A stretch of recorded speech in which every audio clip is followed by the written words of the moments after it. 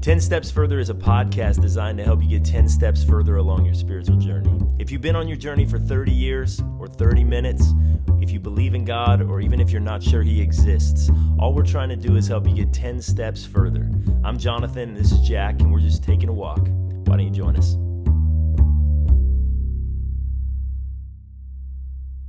Welcome back to 10 Steps Further. This is our second recording of the day, third one of the week, but for you, this is a brand new episode on a brand new day. Jonathan's trying to explain why this one's going to be terrible. It's going to be awesome because we have with us the voice of all women, Hey, Lesley Hyatt, and it's good that she's here. We started, and he said, "Are you ready, voice?" Like, he didn't even call her the voice, but we just called her voice. And she knew. Too many words. You know, men don't like to use a lot of words. Exactly. So. If you see her on the street, sup, voice? Yeah, we're just, from this point on, it's just the voice. People will know. This is a good one to have voice on because we're going to need her. Okay. The topic is 4 things every husband wished his wife knew and 4 things every wife wish her husband knew. Okay. And you heard what Lesley said coming into this. That she's leaking all kinds. Yeah, she feels like women are coming in so weak. Ladies, she's afraid you're gonna judge her. Like really? That's all you have? You could represent our entire race, and that's what you said? Well, voice. She is married to the greatest man alive. Yeah, there is that. He's pretty great. He's pretty nice. He's pretty awesome. Matt, you're pretty awesome. Yeah. Well, like if you could just take out his love for history, he'd be perfect. That's on her list of 4. Like Number 1, I'm not interested in history, Matt. That's the first thing men need to know. Also, there's 2 guys, which feels like, oh yeah, that would be nice, and then it's just me, and I'm supposed to think of all the things that are most important. It just feels like a big responsibility. Yeah, I know, because you actually put a number on it. We actually have to come up with it. Yeah. I know you have it written down, but it's like 4 things. 4 things. Yeah, so here we go. So to quote our friend Adam Baker, let me see if I can get this right. Often wrong, never unsure. That represents Jonathan and I. It's the exact opposite. Absolutely. Usually Leslie's right. No. Often unsure. Yeah. That's the best when, people are like, they almost always sometimes do that thing. Almost always. Almost always. Sometimes? What is it? 70% of the time it works. Okay, 100% so of the time. let's start like this. So we interviewed people at our church and said, hey, what is the thing that you need to know? So why don't you go to the woman list and I'll get the man list. Okay. And I'll listen and respond. And you listen, and then we'll get to some of the things that we think are the most important. Maybe I don't know. It'll spur some ideas. Maybe you'll get some ideas of something that's really valuable, rather than just don't watch the History Channel, Matt. Some of them are great and funny. Okay, here's one. 4 things here's what brilliant line from a husband. Even though I may not listen the first time, doesn't mean I don't value your thoughts. Whoever wrote this actually. It does. It's exactly what it means. Somebody from our church? Yes. Oh, yes. I don't know who it is. Signed, Jonathan Schmidt. Oh, that's exactly what it means. That is super funny. How about this? You do not excel at loading the dishwasher. Oh, man. What does that mean? I feel like I excel at loading the dishwasher. I just don't do it often. Okay, well, that's probably part of it, too. I think I know what it means because my kids load the dishwasher, and it appears as though they're playing horseshoes and throwing dishes in they're not from in line. A distance. It's like a bowl. Is that me? Is that my OCD? Am I OCD because I want the plates to all line up? Yeah, it is a little bit OCD. Okay. I mean, it's... All right. It is. Matt would agree with you, but somebody once told me that if you want your kids to do chores around the house, then you let them do it however they're going to do it. And eventually they'll learn and they'll get better at it. But if you say, hey, go put away your clothes, and then they put away your clothes and you go back in and you rearrange their drawers because they're not folded neatly, they're going to stop doing the chores. Yes, but if they put knives with peanut butter in the dishwasher, they need to be spanked. Okay, your kids are a little older than mine, so you can maybe have that conversation. Knives with the peanut butter. Sterling's 20. I'm probably not going to spank her. If my kids are emptying the dishwasher, which is one of their chores, and they break a cup, I never care. That's good. That's Ever. that parenting wisdom right there. Not what wives wish their husbands knew, but that is wisdom. Okay, we'll take it. We'll take it, boys. Here's I'll one. take all the parenting wisdom I can get. Here's one. When I'm watching sports, I have trouble focusing on what you were saying. And let me just go out on a limb and say, "Durr." How about this? I really appreciate your personal grooming and dressing appropriately. Oh, that's nice. I really appreciate your Personal grooming and dressing appropriately. Right. So take a shower and dress nice. So let me tell you, I don't know. You guys know this, but not everybody knows this. But my son proposed to his girlfriend this weekend. Yay, Riley! And it was the greatest thing ever. And it was up in Palm Springs, and it was all planned out. And we were part of it. So we were hiding in the bushes when he was asking. And so we popped out, and then there's a photographer. Of course, he's a millennial. He needs to have a photographer documenting everything. And it was helicopter drone was great. of some kind. There was. And so we sent pictures to my other kids who weren't there, my daughters. Okay. And she said this. My daughter Sterling said this. She looked at the picture and says, "Now wait, Riley, you are asking your girlfriend to marry you, and you wore a purple shirt and black pants, purple T-shirt, black pants, red socks, and green shoes."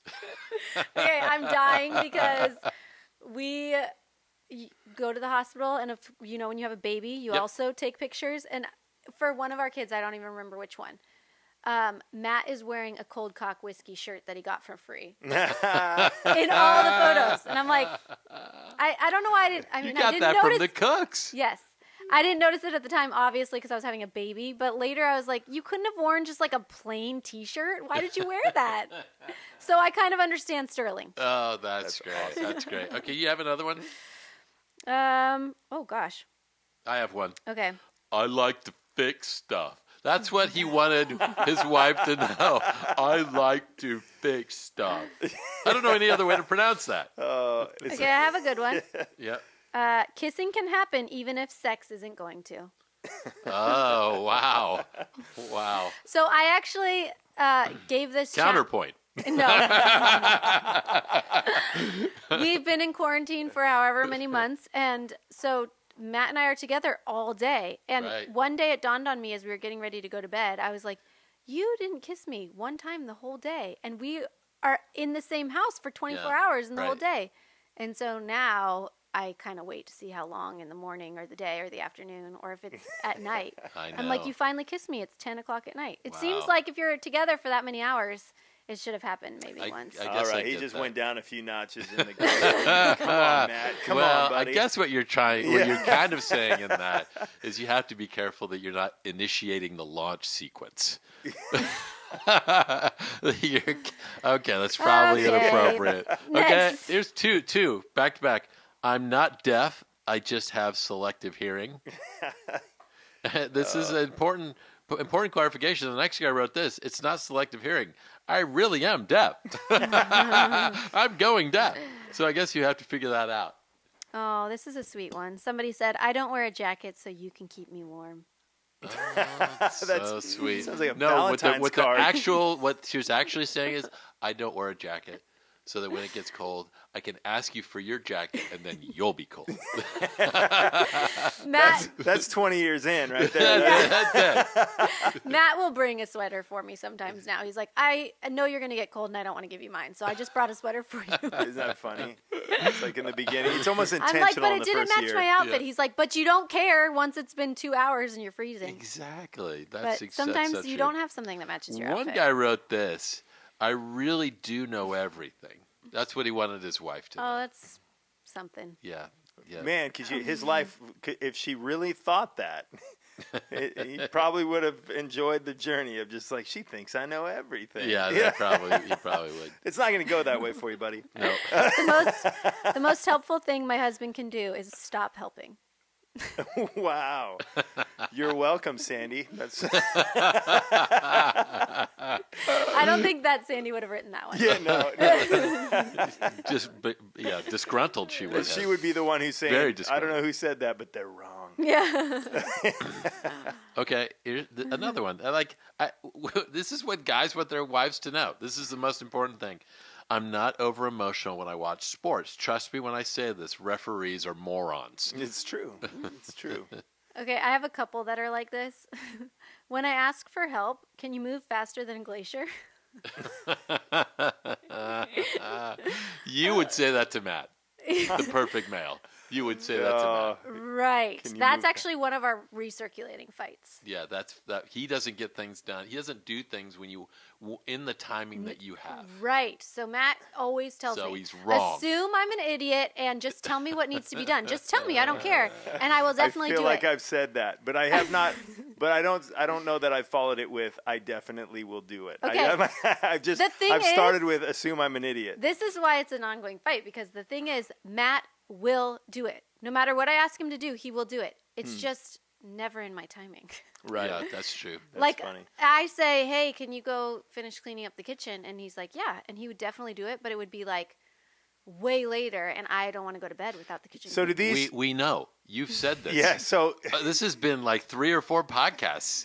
And does Matt listen to this? yeah. It's not working. This is To why the it's one an person ongoing that's supposed to work. recurring fight. Here's the flip, though. I'm curious about this because this is a discovery that I've made. Like Sandy's so gracious with me, and like there's no other marriage in the world that ever would have worked with somebody with me. And so, but here's the question I would have is, say you need something done, and in your mind there's a time frame of getting it. Like I need it done pretty much now.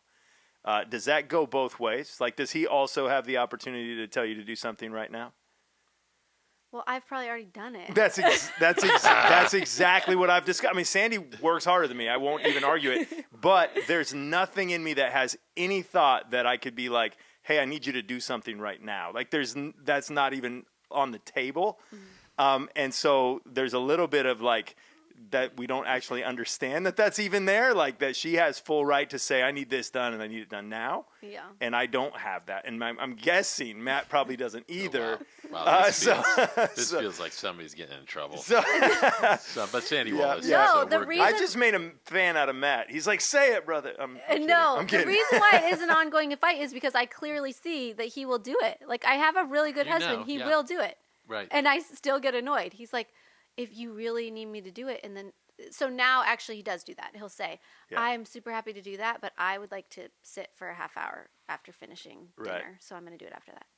Which leads us to one of the major points. Well, I have one, and then we'll get to the major point. Okay. One last one, and that's this. One guy wrote this: I love you for who you are, and I always will. That's beautiful, right? What I think he's really saying is, my wife is watching me fill out this card. She's already thrown away the other one. Yeah. Here's the point, right? Here's one of my major 4.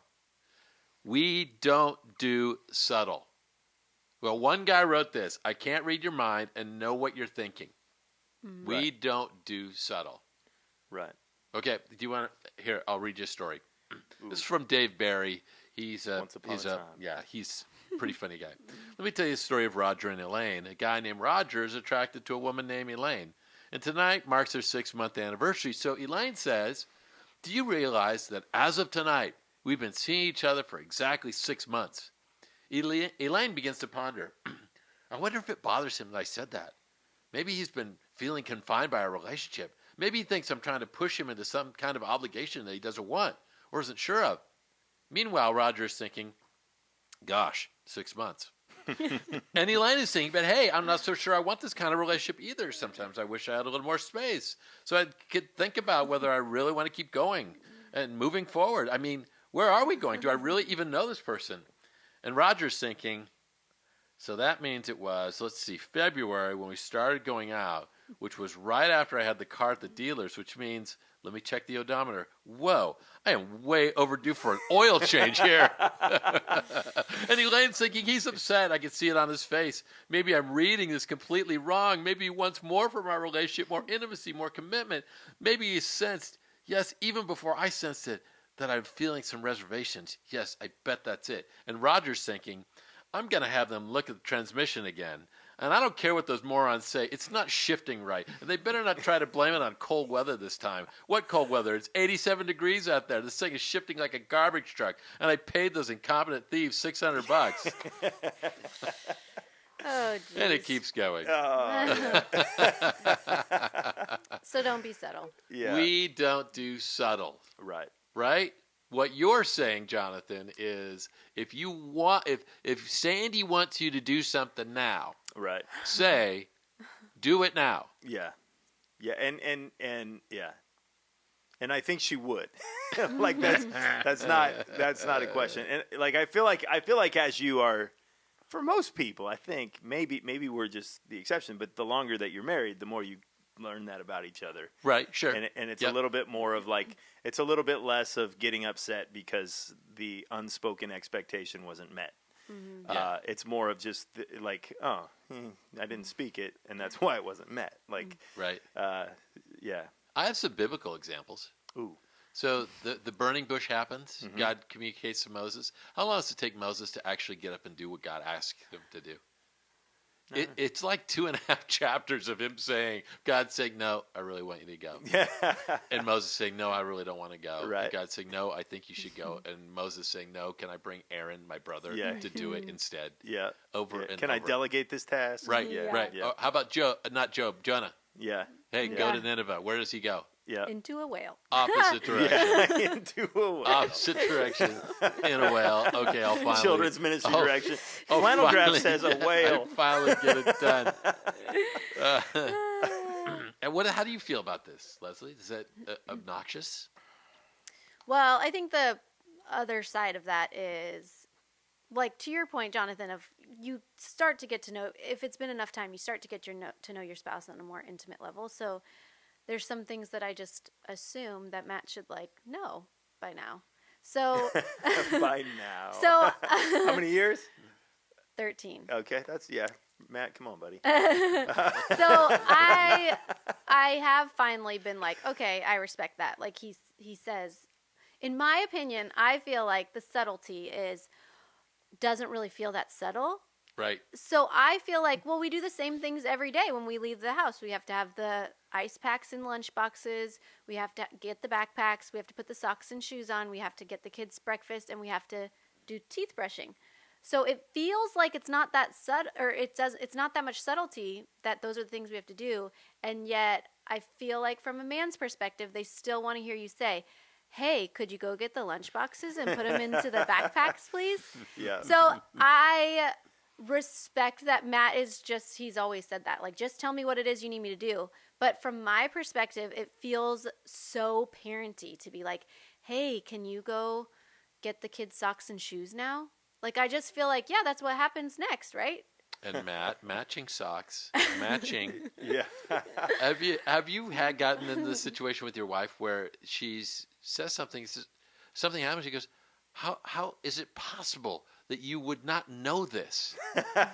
how can you not know? I mean, it's No, Sandy's 32 years. Yeah.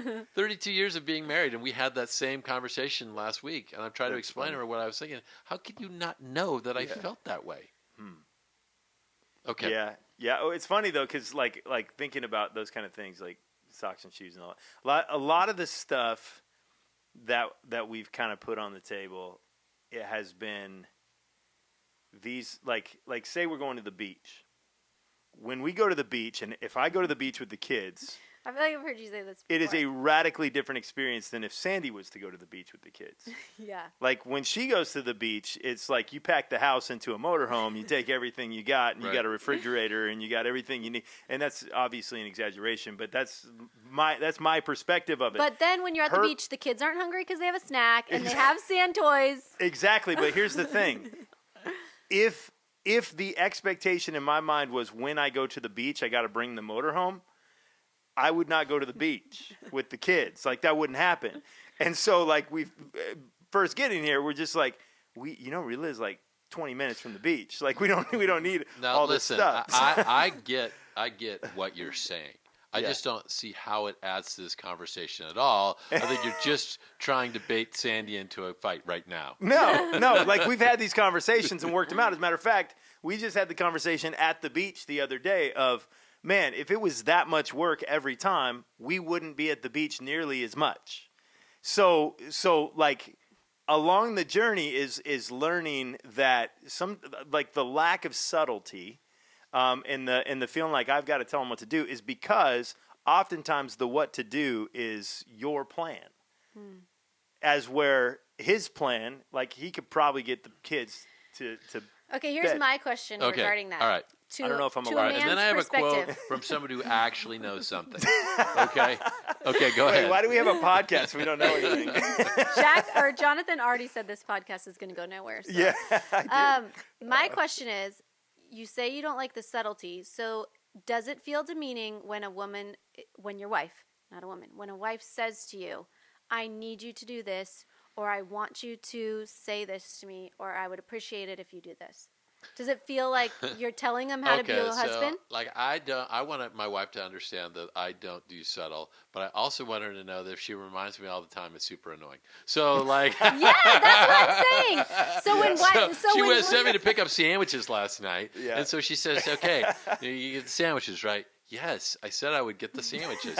And so then it's 10 minutes before getting sandwich time, all right? Okay. And I get a text saying, thank you so much for getting the sandwiches, which wasn't, hey, are you getting, it wasn't thank you. It was a reminder, idiot, don't forget the sandwiches. So that's all I'm saying is the subtle is, I get that. You don't want it to be subtle, but then it feels like if you're telling them what to do that you're being annoying. Yeah, you're right. I So think women you're right. can't win on that one. Okay, Okay, so let's talk about the girls. Kira Sabin, in her article, Men Can't Read Minds, puts it like this. If you want a psychic, go hire one. If you want an awesome relationship, you create one. One of the best ways to start creating that relationship is by letting people in on what's going in our heads. As a life coach, I've seen this trend lately where we believe someone loves us more if they can figure out what we're thinking at all times. That they know instantly when we're happy, upset, frustrated, excited, disappointed, and more importantly, they understand why we are feeling those emotions because they just get us. Quote, what? Who told you that? If you know who did, take away their vine for a week and send them to bed without their supper, or take away their wine for a week. Okay, sorry. Reality check, people who do not show their love by randomly guessing correctly what is going on in that very, very complicated place we call our brain. They show love by asking questions, listening, supporting, and learning about who we are. Boom. Drop the mic after I poorly read that and made mistakes. Took their all the way vine, through it. not Yeah, their... they took their vine. Took their vine. Okay. It's good. Okay, Lesley, you're not up next. Bring I it. What's something that husbands need to know? I think something that's very common of women is don't try to fix it, just listen. And I think that that's a very common Let me tell you tendency. why that's wrong. See what I You did wanted there? to- you See what wanted I to did do there? it? See what I Yeah. tried to solve that? Yeah. I was just listening. I was just don't fix this one. Don't fix this one. Yeah, I think that women tend to be bigger external processors, verbal processors than men right. do. Right. And so I think sometimes they want to go to their husband as like, you're my person, you're my confidant. I want to share all of these thoughts and get them out of my head because they are not safe inside of there. And then your husband's just like, oh, well, easy. Just tell that girl that you're not going to be friends with her or whatever it is. And Right. that's like not, that wasn't the point of the conversation. In that moment when Matt does that, this is become The Matt Hyatt I episode. know. What's Wrong with Matt Hyatt episode. Man, we started off. He was so high. He was so high rated. I actually have to say that when that happens, what is that? What's the feeling inside of you? I actually think Matt's really good at this. Okay. He's not necessarily like a jump to fixing type person. But when it does happen, you feel, I think in any situation, you're like, I didn't even get to finish my thought. I didn't even get to like tell you what I'm thinking or where I landed or to bounce an idea off of you. You just tried to like trump me. You didn't even, it feels kind of like you're interrupted. Like you're interrupted in your stream of thoughts and processing and all of that. And I think I've said this on this podcast before, but my dad had a wife, obviously, and 2 girls growing up, and he learned at some point, I think around when I was in high school, that if I were to call him or if I was talking to him and it sounded like it was a lot of like, this is a problem, he would always ask me, when there was a pause in my rambling. Is this something that you want me to listen to, or you want me to help you come up with a solution, or you want me to fix? And so that's brilliant. What was brilliant about it is that it made me realize too. Sometimes I think I don't even necessarily know what I want when I go into a conversation. Like, do I want to just like get all of this off my chest and share this, or do I need help in like coming up with a creative solution? And so it made me think like, oh, I actually think I just want to vent, or whatever. So I think it's good on both ends. And I think that that is something that's true in a lot of relationships. We've talked about this with even, mother-daughter relationships. I think it can just be something that's healthy. Like, is this something you want me to just listen to right now? And it totally makes me think of, be quick to listen and slow to speak and slow to anger. And if your default is to listen, then I think you're going to be guided more in like what to do next. My wife, in a not so subtle way, has said, okay, I'm going to say this to you and I don't want you to solve it. So clearly I've had that problem. And here's the thing. 2 weeks ago, Chad said the exact same thing to me. Wow. I'm just venting right now. I don't need you to solve this. Okay.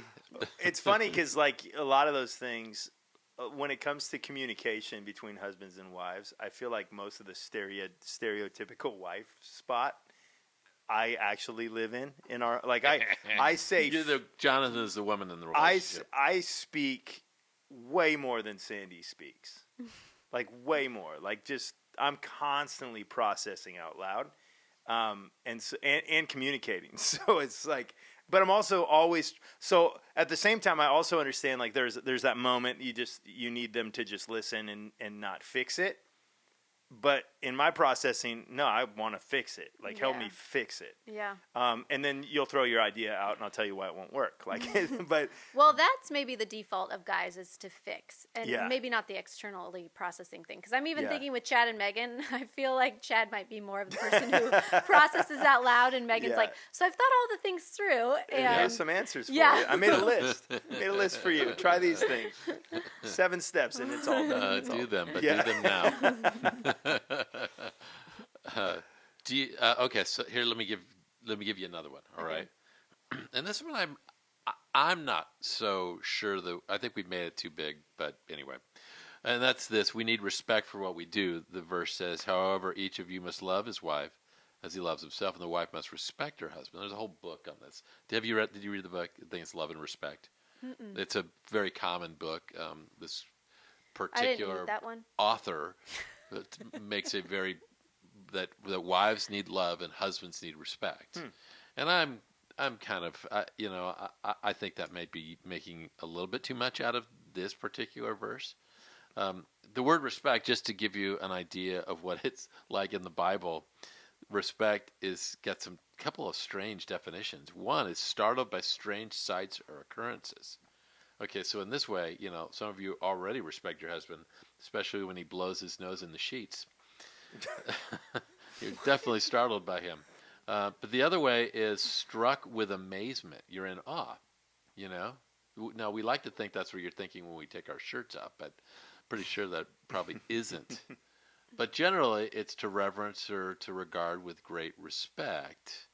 I don't know. Guys like to know that their wives recognize what they do and proficient at, and they value that. Do you feel that, Jonathan? I mean, clearly you just said you're the woman in the relationship. Right. So. I think Sandy must just be amazing at it. Because I would think if it was lacking, there would be an area that I'd be oh man, I really need that, But I just feel like she believes in me, and I think that maybe is kind of the root of what you're talking about. Yeah, it's just I feel like she believes in me, and I feel like she's supportive of me, and she's on board. So like, what ways would a woman show respect to her husband? Like in speaking highly of them around other people. Right. In validating the things that they're doing when they're doing them in terms of like their work or their stuff they do around the house. Yeah. So I know that my wife is very much in my corner when it comes to what I do at work. Mm-hmm. She's very much believes in me, and doesn't mean she won't criticize me. She will almost every week. But it's never I can listen to it because I know that overall her general feeling about me is that I'm gifted and valuable. Right.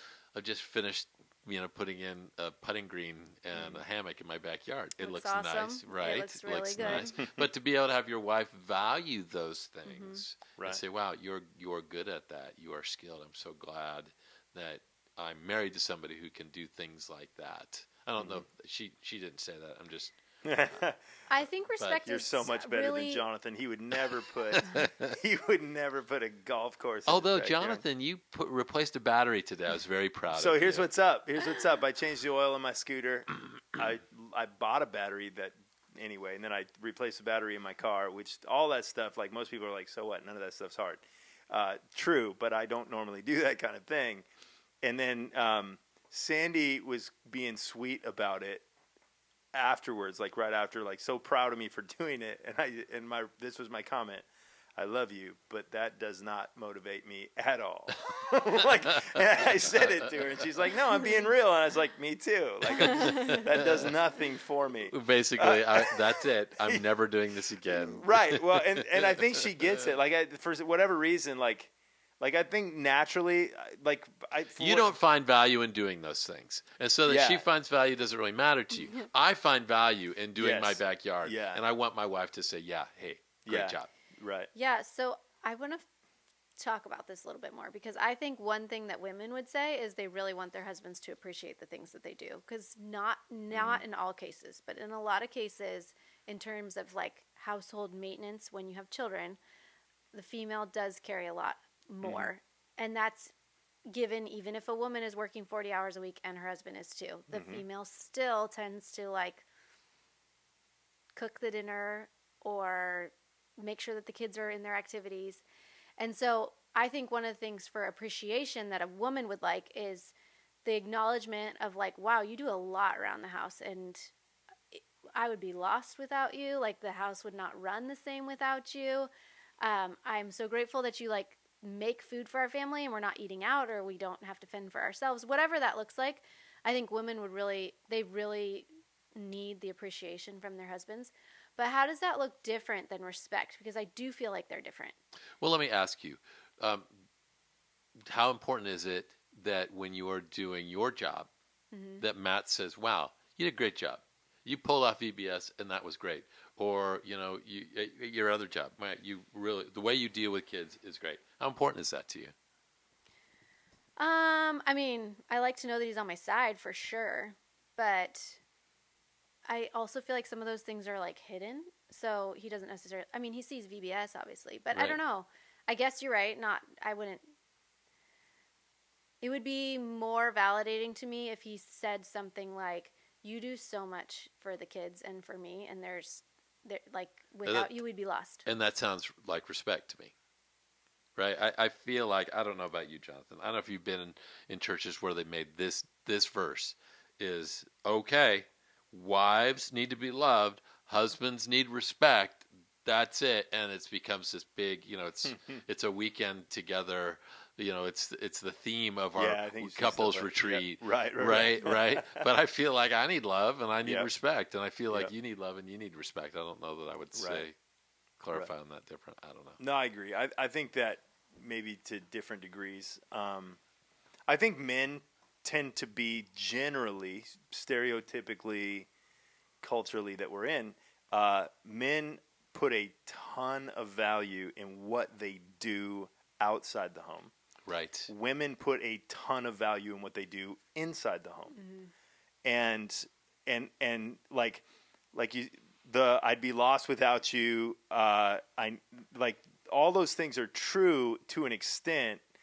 Like, if Sandy wasn't in the picture, we'd survive radically differently and not better. But we'd survive. Your children would look like they were raised by wolves. Exactly. Right. Exactly. Like, we would survive. So, and recognizing that, like, it's the when I go to the beach, I don't need to bring the U-Haul. Like, it's the same. Right. It's like there's a different value system that, like, the men typically, especially I think married with kids, they're like, okay, my biggest responsibility is to put food on the table, to pay the rent, and to make a dent in the world outside of my home. Yeah. Yeah. I think that makes a lot of sense, and I think the author of this book, that's what he's trying to point out, is how much we do value what we do work-wise, and so applaud that, and that's respect to me. I think that's how he draws that line. I think that's fair. Yeah. Yeah. So the one thing that I think is, if I were to just bash on Matt, I mean, not if I like poked fun of him in front of people. That's it. That's what we're That's what titling we're this doing. episode. Wait. You don't have to. We'll do it for you. If I were to like publicly bash on Matt, that would be extremely disrespectful. That would be, or even if I was talking about him or about our relationship with my girlfriends in a catty way outside, like if, and he knew that, that would be extremely disrespectful. That would be really annoying to me, but a lack of appreciation would be more hurtful. So I feel like there is a bit of a difference in like the appreciation versus like respect. I feel like the respect is how are you speaking of your husband when you're in front of other people? How do you regard him? And that might be stuff that's in the home, or it might be stuff that's out of the home. But the appreciation, I feel like, is really saying like, I see you and I see what you're doing.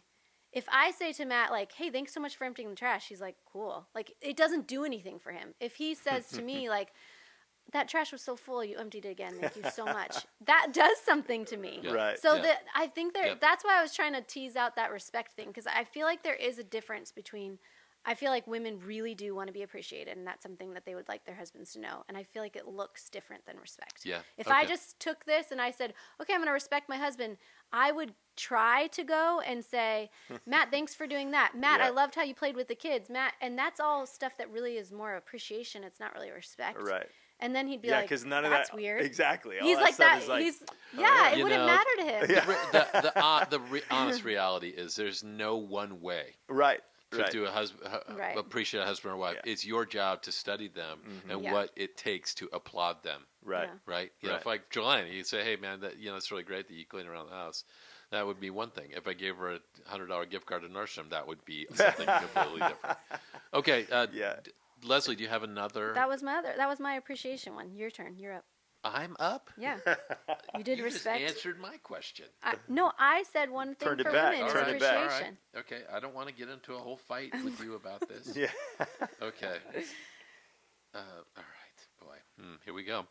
It's a couple minutes left, so we're swinging for the fences. Let's go for it. What husbands wish their wives knew: we feel most connected through sex. Okay, so listen, this is what guys said. All right? Again, let me warn you, you guys don't do subtle. I like it when you touch me. There's another one. I'm not an animal. I just have needs. Did you see The Elephant Man? That's what it sounds like. I am not an animal. I need more intimacy. Brought up some sad memories from that movie. This guy wrote three things. Okay, gosh, can I say this? I don't know. We'll bleep it out. All right, I'm horny. After 2 minutes, I stop listening. And number 3, I'm horny. That's what he wrote. Let me read you a quote that... We have some funny people. I know. And, well, here's 1 Corinthians 7. The husband should not deprive his wife of sexual intimacy, which is her right as a married woman, nor should the wife deprive her husband. This is biblical. Mm-hmm. We need to be conscientious of each other's needs. Mm-hmm. Now, I'm guessing there is another side to this as well. Like if that's how husbands feel connected, then they need to be honored in that way. How would you answer that question, Lesley? Like, when is the time when you feel most connected to Matt? Well, I just think that typically, again, there's nothing set in stone. It just tends to take like more for a female to be in the right mindset than it does a male. So what my wife would say to me is she feels most connected when I'm listening to her, when we get time alone, when we're doing life together. Those are the kinds of what things. is the saying? The sexiest thing my husband can do is vacuum lines. That's right. Vacuum lines on the carpet. The sexiest thing. Right. Is that generally true in the Hyatt house?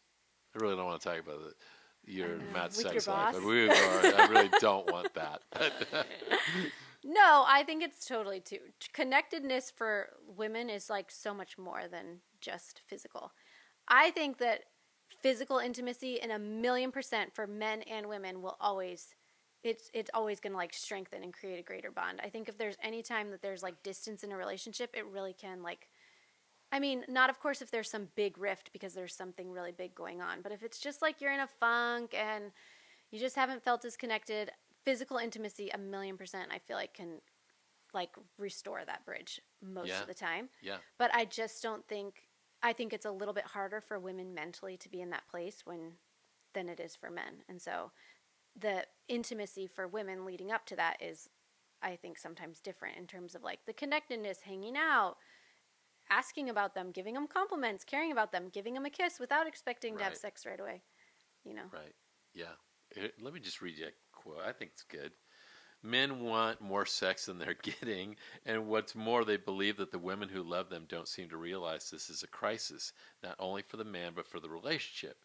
For your husband, sex is more than just a physical need. Lack of sex is as emotionally serious to him as, say, his sudden silence would be to you, were he simply to stop communicating with you. It is just as wounding to him, just as much a legitimate grievance, and just as dangerous to your marriage. Crazy, right? Another woman put it like this. This is Anne Crowley. Physical intimacy is how many men emotionally connect with their wives. The counter argument to husbands wanting sex to feel emotionally connected is that wives want to be emotionally connected before having sex. Mm-hmm. Right? Mm-hmm. But if it's not detrimental to the relationship, I try to get the couple to bridge the gap. When they do engage in sexual intimacy, the wife typically reports, he is much nicer. Yeah, I think that's like always the battle of the female feeling like, well, I don't feel connected, so I don't want to have sex. And the man being like, I want to be connected. Let's have sex. Right. And yeah. I think it's important to understand what the other one is thinking. Mm-hmm. Like, it's not, hey, I want to have sex, let's go to bed. It's, I want to have sex. You know what? I haven't really been as engaged with my wife as I should be. Let's go on a date night. Let me sit down and hear what's going on in her life, so that, because one thing leads to the other, makes you feel more connected. But then for women, what I think we're saying is maybe don't wait for the planets to align, right? like every kid has to be out of the bedroom. I'm just kidding. No, but every kid has to be asleep, or, everything has to be lined up. We just need to understand each other's needs, I think. Right. That's good. Can I put one more way? Tim Allen put it like this. That's why they call them the opposite sex. We want sex, they want the opposite. Okay. Right. I only have given you a couple minutes. You have one more thing that you wish. Oh, one more thing. I mean, about. I don't know if this is true for all wives, but I think in my season, that's something I feel like a lot of women wish they could tell their husbands is, I can't do it all. I need your help. And can you be willing to do it and not be disgruntled or frustrated or begrudging? Yeah. And I think in terms of everything, connectedness, seeing your husband play with your kids while you're cooking dinner instead of being on their phone, or helping you take out the trash, or it's standing side by side while you're cooking. Even just asking the question, you seem really busy, what can I help you with? Or I know your week is crazy, can I take something off your plate? I think it goes a long way, and I think it would feed right into the intimacy. Yeah, I think there's a reality that there are a lot of women who would like help, who would like to be able to say, hey, can you help me with this? But there's an undertone in their house of, don't piss dad off. That he's coming in hot and angry, and that ask will get him to that place where he's just angry. It made me think of this when you just said that. I a long time ago read this, little story about this husband and wife who are on the brink of divorce, and they said, I think this is it. Let's just call it quits. It's just not working, and so they went to bed. And that night when the husband went to bed, he said, well, I used to always make her coffee, first thing when she woke up. Like, the coffee was already brewing. She was the first one to wake up, and the coffee pot was already hot. He's like, I haven't done that in so long. I should at least do that. And so he did that at night. He set the coffee pot. When she woke up, there was hot coffee. And the wife woke up, and she said, wow, he hasn't done that in so long. I love it when he made hot coffee for me. I remember every morning when I used to, after I'd get my cup of coffee, I would go and get the newspaper, and I would bring it into him and set it by the bed or whatever. And so she's like, I should do that for him. And so this world of like, it's just one little thing. Like, there's just one little thing, and yet it snowballs, right? And then before you know it, they like have reconciled their marriage. But it was nothing like earth shattering. He just started the coffee pot before he went to bed that he used to do one time when he was probably dating, courting his wife, whatever. Right. And so I think that's true of all of these things. Like, if you're not getting enough sex, is there one little thing you can do to show appreciation for your wife? If you're not getting, appreciation from your husband, is there something that you can do to show your husband that you respect him more? And starting, like you said, looking at what you can do internally first, and maybe just saying, I'm going to intentionally take this one small action and recognize that if I do this, then he's going to feel good, and he's going to likely do the next best thing. So... Yeah, when you're dating, the emotions of love lead to the actions of love. Like, you feel so warm, you want to buy them a teddy bear and put it on their car or write them a note. When you're married, it's the opposite. Yeah. The actions of love lead to the emotions. So if you can figure out what those things are and study them and find out what they really like, I think it might work. Yeah. You want to close this out, Jonathan? What do you got for us, buddy? He's been really stewing on some things. I can tell. What else does Matt need to work on? Matt, you're great. No, for me, all of it just makes me grateful for the journey I'm on. I mean, and I if it was Sandy, that's what it would be. Is that she makes life easy. And because it's funny, because a lot of like the stereotypical put people in categories doesn't work for me, because I feel like no, right. But me too. But I just, for us, it's we have our ups and down seasons, but it's just like, I don't know, she does more than her share, and that's something that we've always that is so known. And it's at the same time, it's just like, I don't know why she puts up with me, but she knows that But I know you love your kids. Absolutely. That if you're the dad that's taking them out and rolling on the ground from the time that you were little and engaged in their life, and that's but one even way that, to like, I look express at appreciation. Yeah, and even that, I mean, I look at it and she sees more than I see. Like, I feel like the guy who, and honestly, I think we've come back to this on multiple discussions around marriage. I feel like I'm the guy who benefits from unfair favor. Like, I feel like my kids, I didn't give myself good kids by what I've done, or an amazing wife. Like, I mean, I was on staff at a church for a while, and I remember while I'm there and I'm just watching the marriages of all the other pastors. You're not this story, and you're not this story, but I just remember I was just like, all of these guys' wives would absolutely have gotten rid of me a long time ago. Like they're so high maintenance and so needy. And I remember just in that moment and I told Sandy, I'm like, I'm so grateful that a screw up like me kept you somehow. Like, and that's been the journey. Is she makes me look good. She picks up the pieces where I drop them. But I think if there's something that I've done well, it's just the fact that I know that is like it. That's what I was going to say. I was going to say, I know that you're like bagging on yourself as a husband, which, you could be unequally yoked a little bit. But but I think that you probably have a higher regard for your wife than a lot of men might. And I think that you speak highly of her with her around, and when she's not around, I think that she can tell that you love her so much. And so it's so cliche, but it's not about keeping score. Like, I do more in my house than Matt does too, and he would be the first person to tell you. Right. But I'm not dissatisfied. Yeah. And so so to say that, like, yeah, you're the luckiest person and I do nothing and she does everything, she would say, yeah, I do everything, but I'm the luckiest person too, because you hold her in a high regard and you care about her and you appreciate her and you love her and you tell her that. And so they did a study on marriages that worked and didn't work. And what they found was that the spouse regarded the other spouse higher than they regarded themselves. Wow. And so believing in that person is helpful. Yep. Well, that's good. And I know that Matt Hyatt's going to listen to this. Twice.